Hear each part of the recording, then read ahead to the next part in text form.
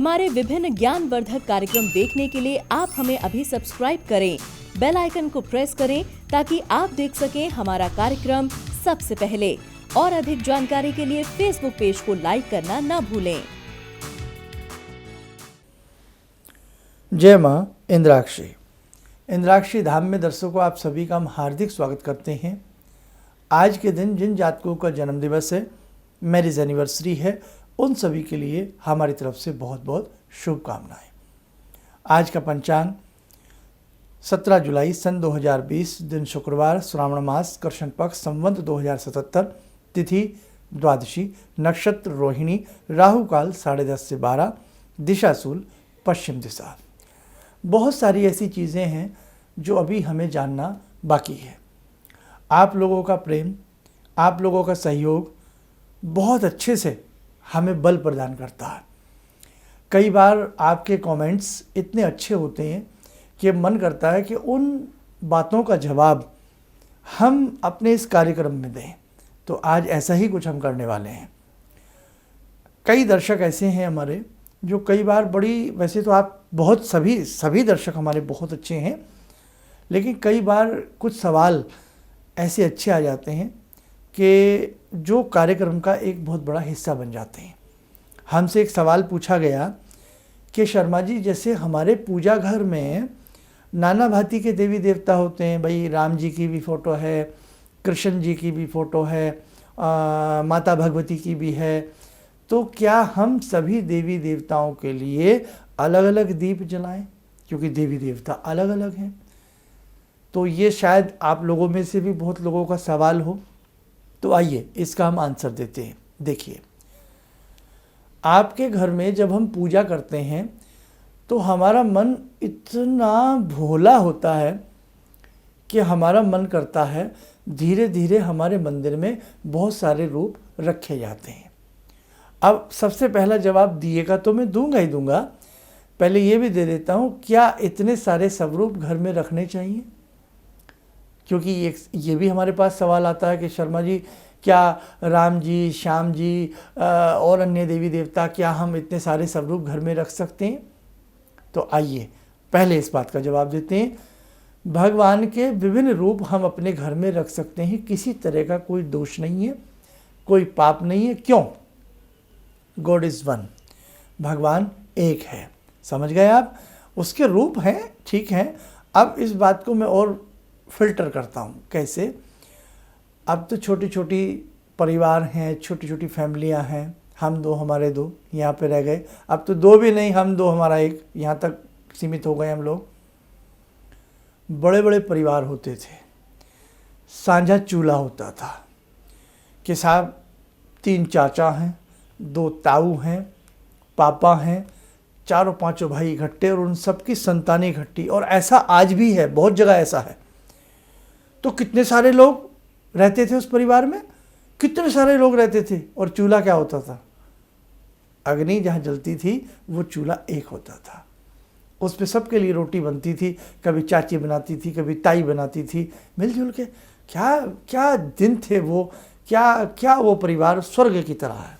और आज भी ऐसी संयुक्त फैमिलियाँ कई तो मेरी निगाह में भी हैं, और आपके तो होंगी सबके। तो देखो, जैसे पूरा बड़े से बड़ा परिवार हो, चूल्हा एक हो, परिवार में सब अलग हैं, कोई चाचा, कोई दादा, कोई ताई, लेकिन सब अलग अलग रूप में, लेकिन सबके लिए अग्नि एक ही स्थान पर प्रज्वलित होती है।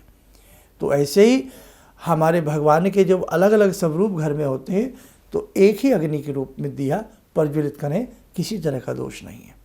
अब आपका भोलापन बताता हूँ मैं। आपने अपना भोलापन कभी समझा नहीं है, आपने हमेशा डांट खाई है लोगों की। कैसे? कई बार कोई भी हमारे घर में आ जाता, अरे आपने राम जी के संग श्याम जी बिठा रखे हैं, अरे आपने शंकर जी बिठा रखे हैं, ये तो नहीं बिठाने चाहिए, ये तो शमशानवासी हैं, अरे आपने ये कैलेंडर लगा रखा है, आपने वो कैलेंडर लगा रखा है। ऐसा कई बार ऐसे भी बहुत महाज्ञानी हमारे घर में आ जाते हैं, हमें ज्ञान बांटते हैं, हमारी भावनाओं को ठेस लगती है। अब आप भोले कितने हैं मैं आपको बताता हूँ। ये जो मैं बातें करता हूँ ना, ये मैं वो करता हूँ जो मेरे साथ गुजरी हैं। मैं वैष्णो देवी गया। अब जब मैं वैष्णो देवी गया तो जाहिर सी बात है वहाँ से एक कॉइन भी मिलता है। अब पता नहीं मिलता है नहीं मिलता है, लेकिन मैं 10 साल पहले वैष्णो देवी गया करीब। मुझे कॉइन मिला, माँ का स्वरूप मिला, तो मैं कहाँ रखूँगा? मैं घर आऊँगा, उस सिक्के को भी रखूँगा और मैं उस माँ के स्वरूप को भी रखूँगा। मैंने रखा।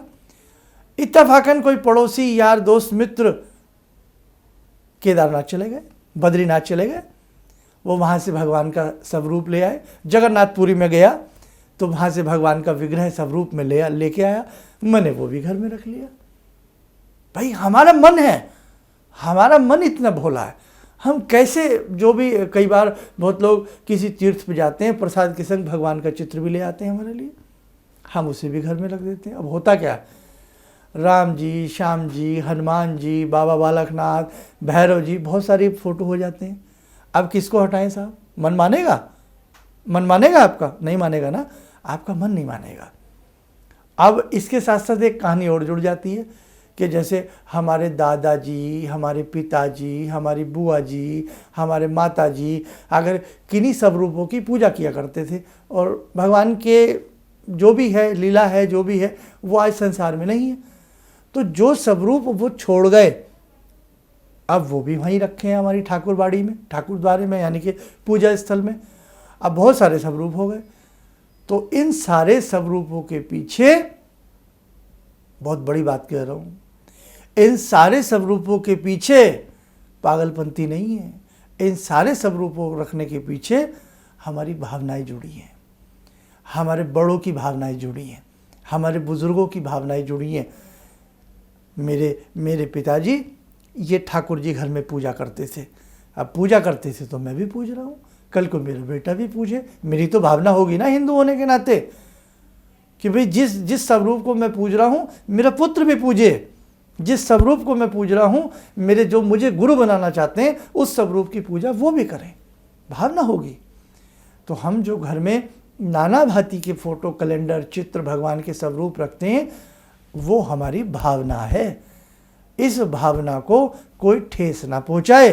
किसी भी ऊल जलूल भेड़ियों की बातों में मत आया करो। उनसे कहना कि भैया ये सब स्वरूप मत देखो, इनके पीछे छुपी मेरी भावना देखो। देखो ये छोटा सा स्वरूप मेरे दोस्त ने दिया, ये स्वरूप मेरी नानी लाई थी, ये स्वरूप मेरी काकी लाई थी, ये स्वरूप मैं लाया था, मैं कैसे हटा दूँ इनसे घर से? आगे समझ में? कोई पाप नहीं है। अगर कहीं कोई पाप लगता है हम अपने सर लेते हैं आपका पाप, कहीं कोई पाप नहीं लगता। आप घर में स्वरूप रखिए। हमारे हिंदुओं के धर्म को कैंची से काटा जा रहा है, हमें डराया जा रहा है किसी न किसी बहाने से, ठीक है। बहुत लोग कहते हैं आप तो मूर्ति पूजा करते हैं, मूर्ति पूजा से क्या लाभ? अरे कमाल कर दिया, क्यों नहीं लाभ? हम मूर्ति के अंदर बैठी छिपी शक्ति की साधना करते हैं। आपने देखा एक फौजी को मैप दिया जाता है, जब कोई ऐसा युद्ध का समय आता है या ऐसे किसी बीहड़ जंगल में कोई फौजी भटक जाए तो वो अपने मैप से अपने गंतव्य स्थान तक पहुंच जाता है। किससे?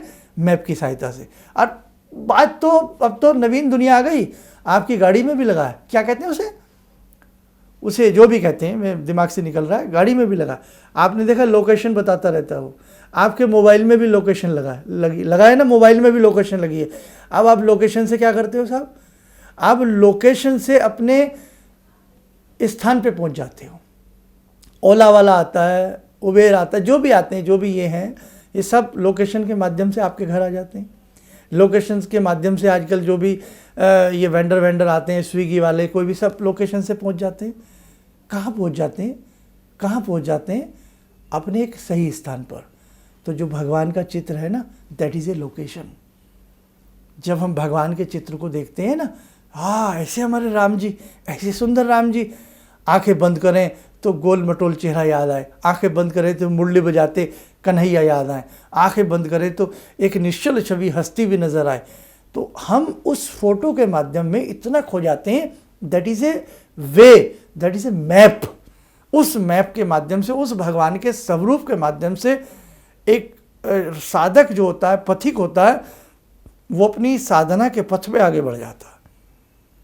बहुत सारी बातें हैं, बहुत सारी बातें हैं, भटकिए मत। तो इसलिए 2 आंसर आज के। हम अपने घर में जो भी स्वरूप रखते हैं आप रखिए, किसी तरह का दोष नहीं है। और समस्त स्वरूपों को एक ही दीप जलाइए और भगवान सबको ऐसे करके अर्पण कर दीजिए। समझ गए आप? कोई दिक्कत नहीं है। अब दीप किस धातु का हो, दीप में ऑयल क्या लें, बहुत सारी बातें निकल के आती हैं एक सब्जेक्ट में, हालांकि ये सारी बातें बता चुका हूँ। दीप सबसे अच्छा रजत का माना गया है, चांदी का। चांदी के बाद फिर पीतल आता है, फिर तांबा आता है, फिर मिट्टी आती है। तो आप या तो चांदी तो नहीं, आप पीतल, आजकल तो पीतल के बड़े सुंदर सुंदर 40, 50, 60 रुपये तक के दिए आते हैं, वो रखिए आप। अब घी की बात करते हैं। सर्वश्रेष्ठ गौघृत, गाय का घी, लेकिन मिलता नहीं साहब। प्रैक्टिकली बात है, मैं बोल दूं गाय का घी यूज़ करें, मिलता नहीं है। मिलता है तो सबकी पॉकेट अलाउ नहीं है। तो शास्त्र में क्या लिखा है, या तो गाय का घी हो या फिर देसी घी हो, चाहे भैंस का हो, और या फिर सबसे अच्छा और सबसे सस्ता और सबसे अच्छा मीठा तेल। मीठा तेल किसको कहते हैं? तिल के तेल को मीठा तेल कहते हैं, उसे आप यूज़ कर सकते हैं। ठीक है, चलो आज की बात, चैप्टर यहीं मुझे लगता है पूरा हो जाना चाहिए, नहीं तो बहुत विस्तार ले जाएगा सब्जेक्ट। अब जुड़ते हैं आज की ध्यान वाला में। आइए ध्यान करते हैं सावन का महीना भगवान शंभू को। ॐ आत्मा त्वं गिरिजामति सहचरा प्राणा शरीरं गृहं पूजा ते विषयोपभोगरचना निद्रा समाधिस्थिते संचारपदयो प्रदक्षिणविधेः श्रोत्राणि सर्वागिरो यद्यात् कर्म करोमि तद्दखिलं शम्भोस्तवाराधनम् चन्द्रोद्भासितशेखरे स्मर हरे गंगाधरे शंकरे सर्पे भूषितकण्ठकर्णविवरे नेत्रोत्तवे स्वानरे दन्ते त्वकृतसुन्दरां वरदरे त्रैलोक्यसारे हरे मोक्षार्तिं कुरु चित्तवृत्त्यमचलं मन्येस्तु किं कर्म वे वन्दे देव उमापतिं सुरगुरुं वन्दे जगत्कारणं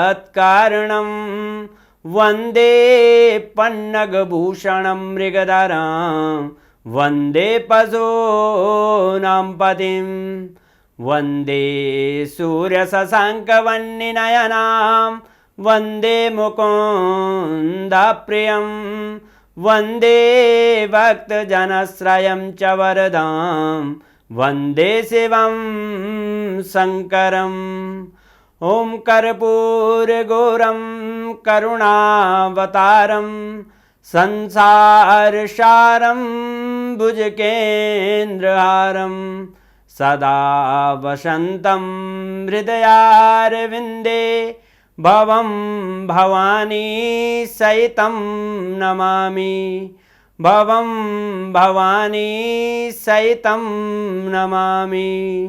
कवच बना लें, ध्यान करें, शंभू का आशीर्वाद हमारे ऊपर बरस रहा है।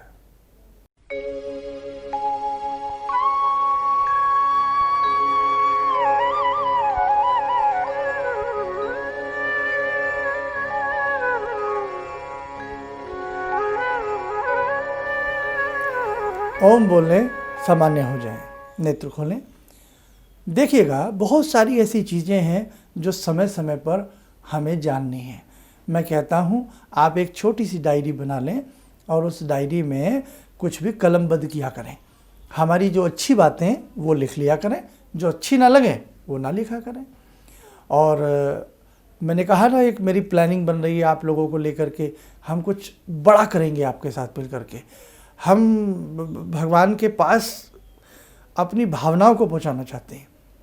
और आप चिंता न करें, आप घर में रहिए, सुरक्षित रहिए, सब अच्छे से रहेगा। बहुत लोगों का काम, बेरोजगारी, बहुत सारी चीज़ें सामने आ रही हैं, आप घबराइए मत। आपने उस प्रभु पे विश्वास रखिए, सब कुछ अच्छे से होगा। विश्वास एक बहुत बड़ी कसौटी है। कल फिर मिलेंगे किसी नए सब्जेक्ट के साथ। इन्हीं शब्दों के साथ हम अपनी वाणी को विराम देते हैं। जय माँ इंद्राक्षी। वो वस्यमुखी राजमुखी स्वाहा वाला जो बताए थे सर आप, तो जो प्रयोग करना करके, तो मैं प्रयोग अक्सर करता हूँ, बहुत अच्छा मुझे फायदा मिलता है, बहुत फल मिलता है उससे मुझे। किसी भी समस्या के समाधान के लिए मिले प्रसिद्ध हस्तरेखा एवं वास्तु विशेषज्ञ प्रोफेसर धर्मेंद्र शर्मा जी से। नोट: शिविर में भाग लेने हेतु एवं व्यक्तिगत रूप से मिलने के लिए कॉल करने का समय सुबह 10 बजे से शाम 6 बजे तक। हमारे विभिन्न ज्ञानवर्धक कार्यक्रम देखने के लिए आप हमें अभी सब्सक्राइब करें, बेल आइकन को प्रेस करें ताकि आप देख सकें हमारा कार्यक्रम सबसे पहले। और अधिक जानकारी के लिए फेसबुक पेज को लाइक करना न भूलें।